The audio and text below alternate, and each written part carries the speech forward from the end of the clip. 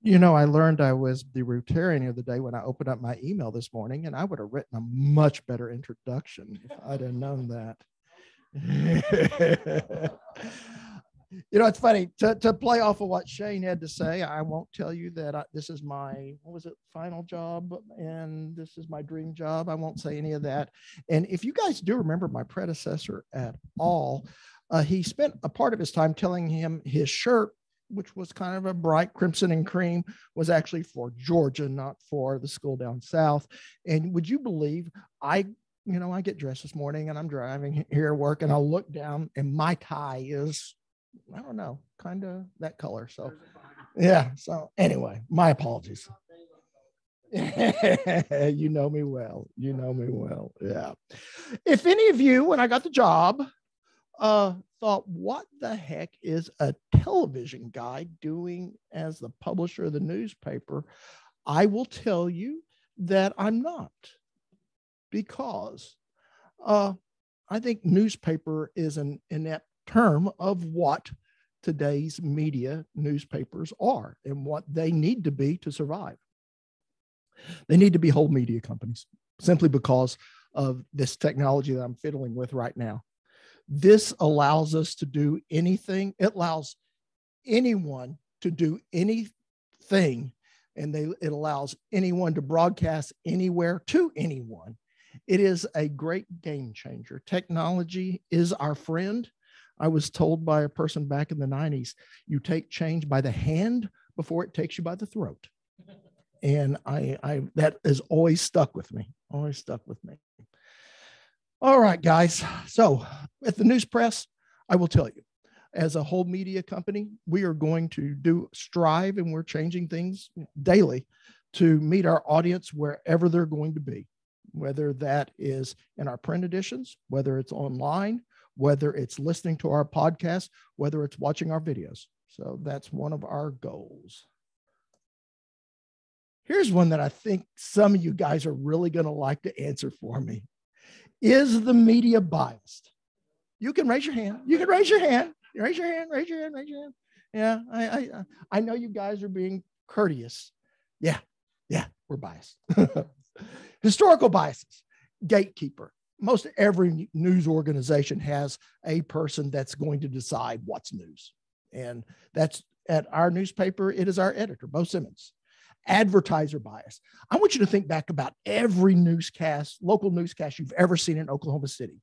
Have you ever seen their Four in Your Corner or some of their consumer reporters do a story about cars that are lemons bought from a big dealership? You don't. They're not going to do it because that is their bread and butter.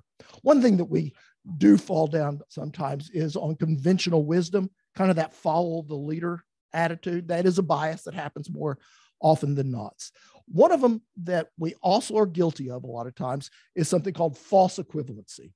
And it's one of those things where we're trying to do the right thing. You're trying to show both sides, but not both sides are not always equivalent, and that comes up in a lot of scientific debates where one side maybe doesn't have all the objective truth on their side that the other side does. One thing that I was terribly guilty of when I worked in commercial television. And basically, if you don't know my background, worked in commercial television, came to OSU, did the television program at OSU, then started a PBS program and worked at Career Tech called Horizon, which was on nationally on PBS and then on RFD. And then I came here to the paper. But one of the things we do in television is a conciseness bias. We try to be, we like easy stories, and when you're trying to explain something in 45 seconds, it's easy to do that. And that's a bias in itself, that sometimes if you have a very complicated story, it's not going to get told because it's too complicated. You all understand this next one: sensationalism, negativity.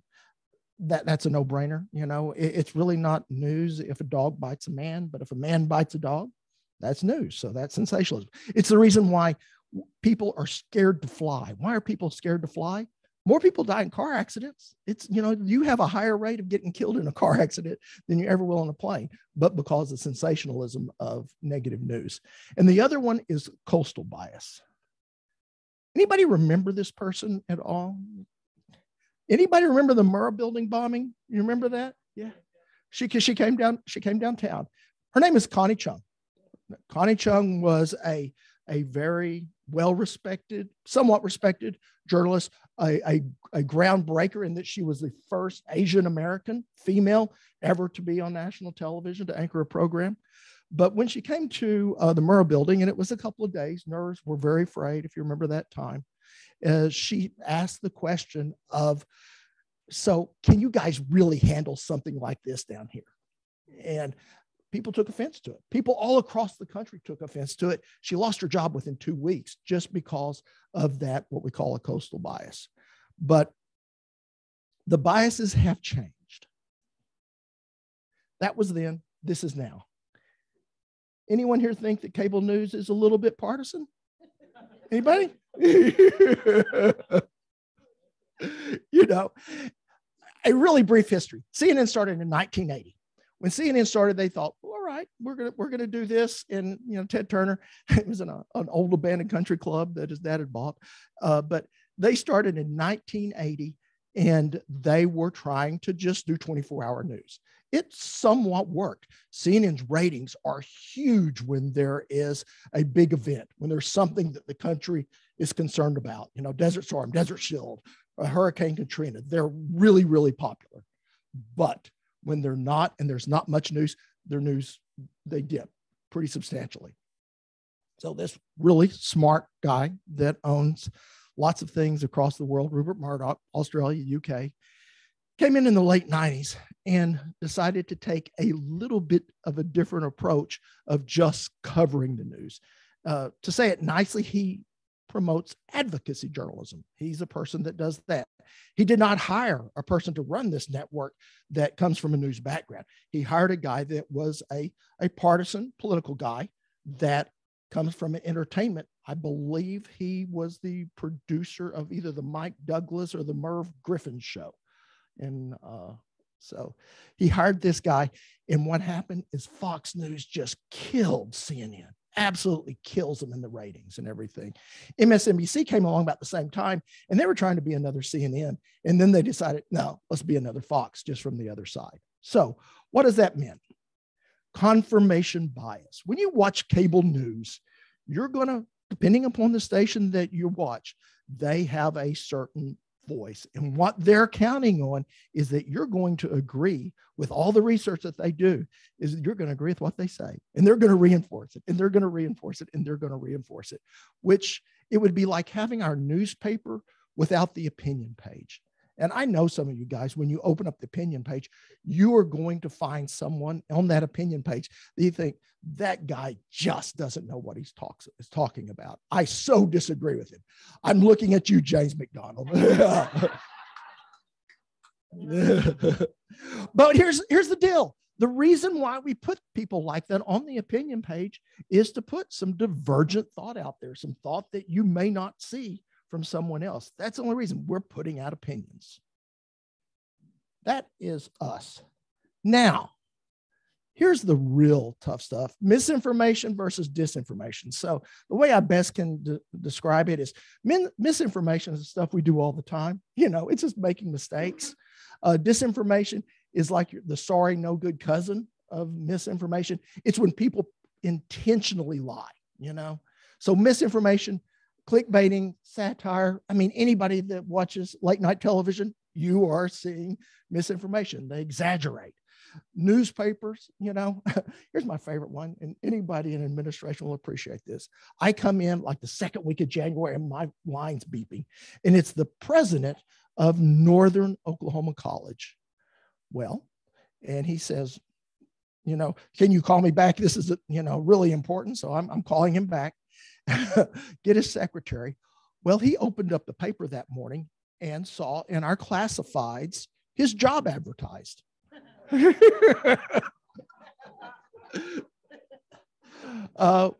Think about it. Second week of January, our person that typed in the classifieds to pull that page into the paper, typed in, January 1, 10, whatever, 2021 instead of 2022. So he had been on the job for a little less than a year. So he gets to open up the paper and see his job. we make mistakes. There was a headline, or there was a caption a couple of days ago that Joe Barry, some of you guys, ag folks, Joe Barry was misidentified, and Milford Jenkins, they were just misidentified. We had the captions messed up. It happens. We apologize. There is a section in the paper every day that we try to correct those times that we make those mistakes. But that is so different than the disinformation. And when I'm talking about disinformation, those are the people that this same technology that allows all of us to do things. It's the OANs of this world. It's the Newsmax of this world. On the other side, there's a couple on the left that they're really playing loose and fast with the facts. So what can you do? What can you do?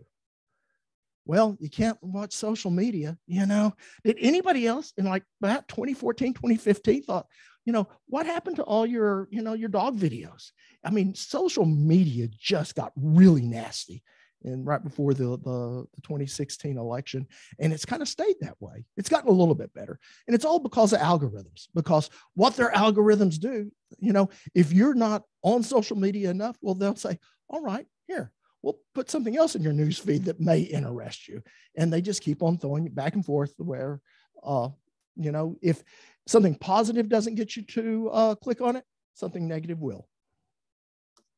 So I wish I could take credit for this next little line here. Doris Kearns Goodwin, if I'm getting that name right, John Meacham, both historians. I saw them in December talk about this coming mid-election. And then they said, where are we? Are we in 1858 or 1968? And I thought that a really interesting analogy. And they gave a lot of different reasons why we're in one of those times. But the one that really stuck with me was that in 1858, there was a partisan press. If you heard the presidential debate on one back in 1858, if you're listening to the Democrat paper, they would say that the person was carried out on the shoulders because the speech was so good. If you're listening to the Republican paper, they had to carry him off because he's drunk. I mean, it was that kind of partisan. What's changed in that time, and all of us in this room, we really kind of grew up in the golden age of journalism where it was somewhat balanced, much better than it had been in centuries before.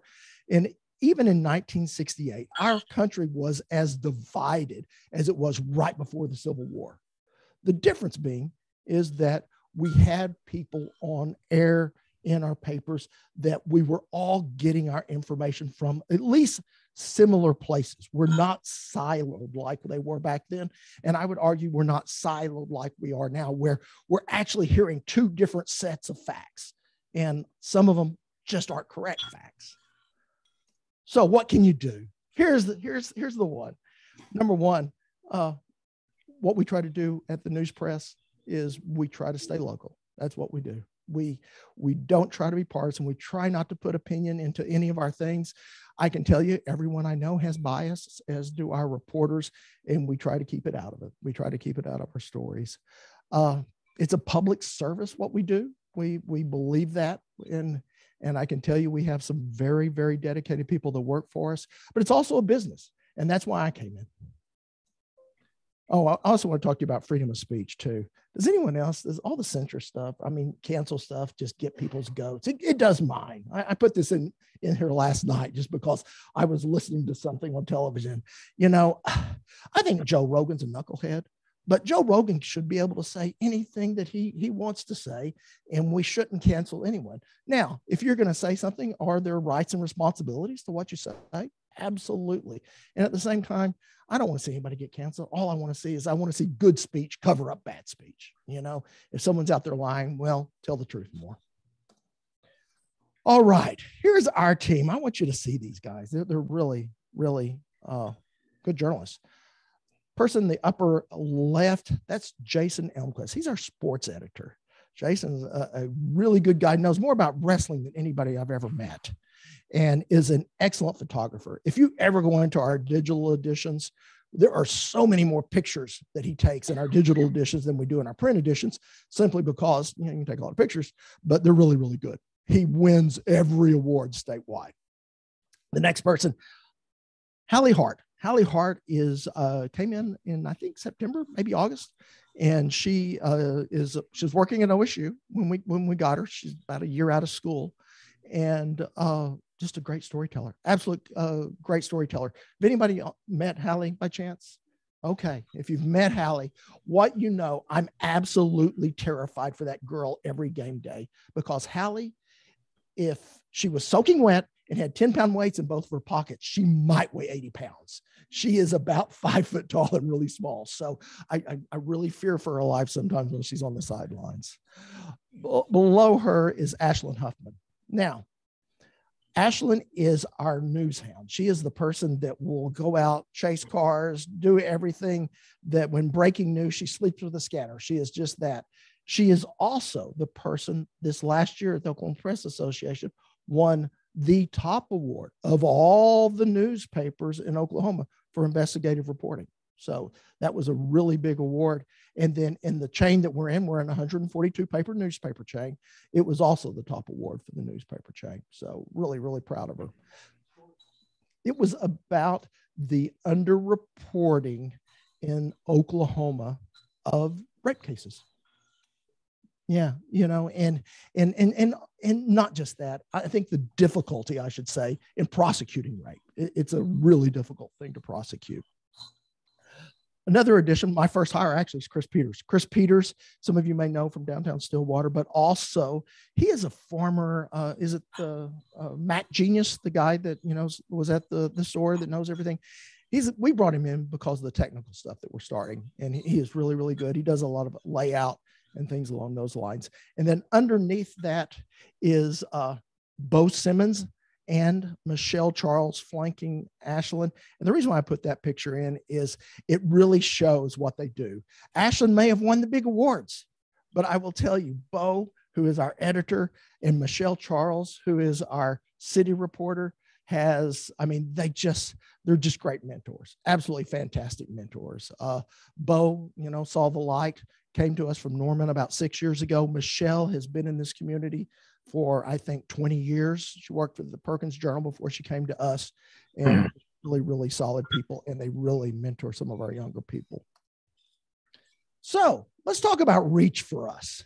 We reach over 90% of all the adults in Stillwater. Our print readership is right at 6,500. Digitally, we're at 100,000 unique monthly readers. And for you, what unique means, you're unique, you're unique, you're unique. So that means 100,000 people, not 10 people doing it 10,000 times. So we have about 100,000 unique digital readers. And then social media, we have the largest following in Payne County, excluding Oklahoma State University. We don't count them because they're in Oklahoma City and Tulsa too. Yeah. As far as our print products, we have our daily editions. Our daily editions consist of, on Tuesday, Thursday, and Saturday, you're going to see a print edition arrive in your mailbox. And we went to mail because of cost savings back during the pandemic, the time when other people were actually closing the doors.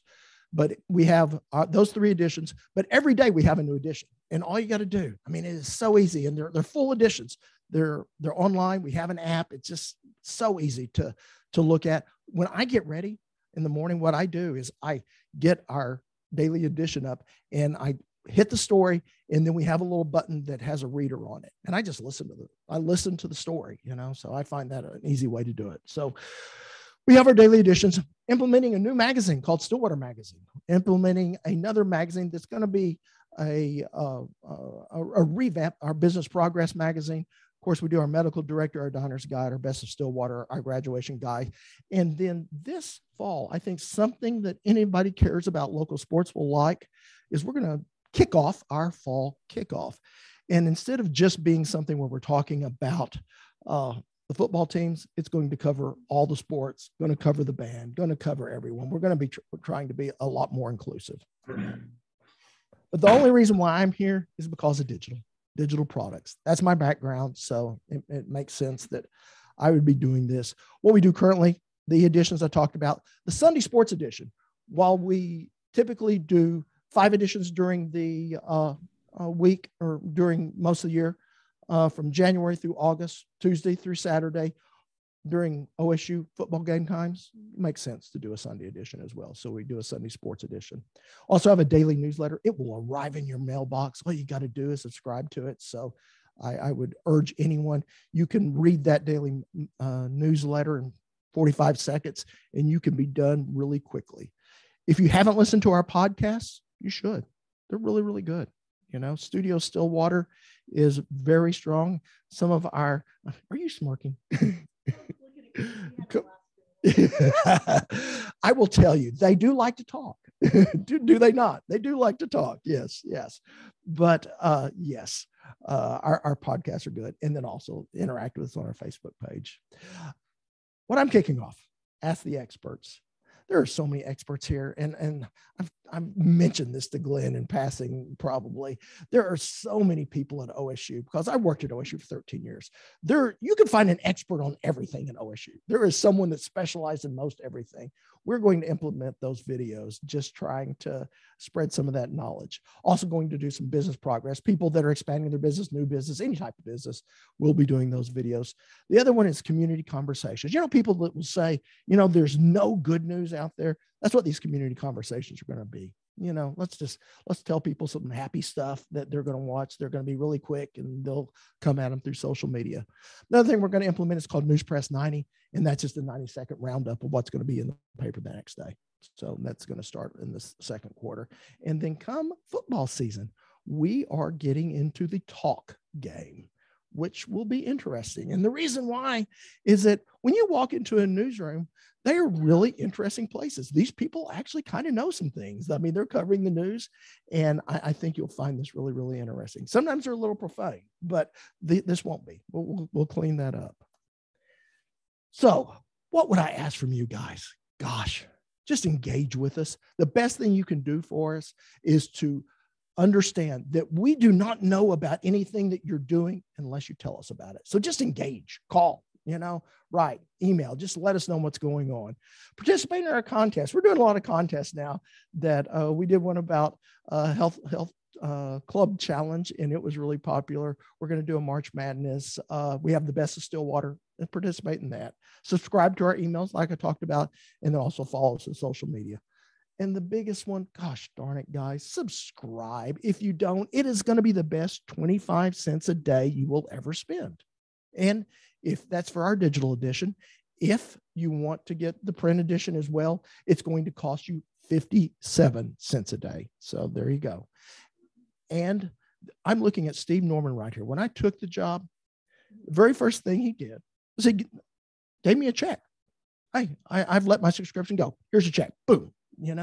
Much appreciate that. Second thing he did, he said, so the Wall Street Journal puts it on my front porch every morning. Why can't y'all? So we're going to talk about something called the Steve Norman Price. We're going to start a concierge service where it will cost more. It'll cost about $10 more a month, but we will put a paper on your front porch with a mint on it even every day. We'll even ring your doorbell when it arrives. And if I get about 100 people to sign up with that, I can hire a carrier that would do that. So if anybody would, that will include the outside. Yes. We are the paper of record. Well, I mean, we have subscribers in Drumright. We have subscribers in Drumright, Pawnee, Perry, Perkins. So yes, James, you will be able to get your paper. For a price, yes. And if you want a mint on it, yeah. Yeah. And then finally, all you guys that sit in the C-suite, I'm looking at you, Pat. Advertise. We want to be a service to the city of Stillwater. That's why I took this job, is that one, I believe in journalism, but two, I believe in the city of Stillwater. And for us to be successful, we need advertisers. You don't have to look any further than the city of Edmond. Edmond, that's 33 miles south of us. Edmond Sun was the second oldest paper in Oklahoma until it closed during the pandemic. And that's tough. A town twice the size of ours that does not have any local news. And you don't want to be in Stillwater being just a suburb of Oklahoma City. You don't want that. You don't want the only news that would come out of Stillwater is maybe the thing that they will tack on if they come up here for a game or if something's bad. So I would encourage you, for us to do our job, we have to partner, and we have to partner by you subscribing, advertising, and just engaging with us. So that's my presentation. I got 3 minutes to not get fired. So go ahead. Anyone else? Yeah. Thank you, Chris. No, Chris has got a question. He's actually got a question. Huh?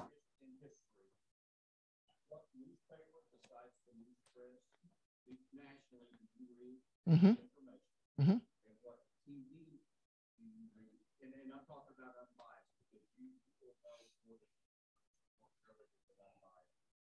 I have subscriptions to the Wall Street Journal, to the Post, Washington Post, and to the New York Times. Times, Post, both skew more to the left. Wall Street Journal skews a little bit to the right. So those three.